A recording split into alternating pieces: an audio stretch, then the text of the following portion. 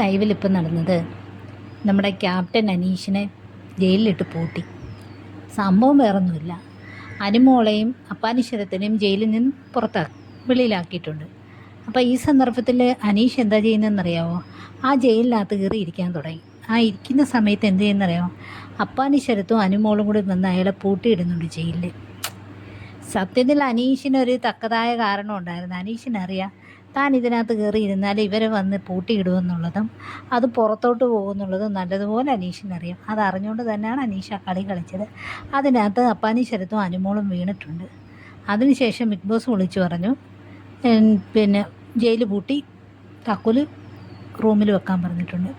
ഇനി മറ്റൊരു കാര്യം എന്ന് പറയുന്നത്, ഫുൾ റൂൾ ബ്രേക്കാണ് നടന്നിട്ടുള്ളത്. കാരണം എന്ന് വെച്ചാൽ ജയിലിൽ സന്ദർശിക്കുന്നതിന് പ്രത്യേക സമയമുണ്ട്. അതുമാത്രമല്ല, ജയിലിൽ വന്ന് ലിപ്സ്റ്റിക് ഇട്ട് കൊടുക്കുക. അനുമോളുടെ ചുണ്ടിൽ നിവിൻ ലിപ്സ്റ്റിക് ഇട്ട് കൊടുക്കുന്നുണ്ട്. അതുപോലെ തന്നെ ബിഗ് ബോസിലുള്ള പുറത്തിരുന്ന അംഗങ്ങൾ ജയിലിനോട് ചേർന്ന് വന്നിരിക്കുകയും അവർക്ക് കഴിക്കാൻ കൊടുത്ത ഫുഡ് ഇവിടെ പുറത്തുള്ളവർ കഴിക്കുകയൊക്കെ ചെയ്യുന്നുണ്ട്. അങ്ങനെ കുറേ കാര്യങ്ങളുണ്ട്. അനുമോൾ അതുപോലെ തന്നെ പല്ല് തേക്കാനായിട്ട് ഇറങ്ങുന്നു, ബാത്റൂമിൽ നിന്ന് പുറത്തിറങ്ങിയിട്ട് റൂമിൽ പോകുന്നുണ്ട്. ഒരുപാട് കാര്യങ്ങൾ ചെയ്യുന്നുണ്ട്. റൂള് ബ്രേക്കാവുന്ന കാര്യങ്ങൾ ഒരുപാടുണ്ട്. ലാലേട്ടൻ വന്ന് ചോദിച്ചാൽ കൊള്ളാം. ചോദിക്കുമോ ഇല്ലയോ എന്നറിയത്തില്ല. കാരണം ലാലേട്ടൻ ലൈവ് പരിപാടിയൊക്കെ കണ്ടിട്ടാണോ വരുന്നതെന്ന് അറിയത്തില്ല.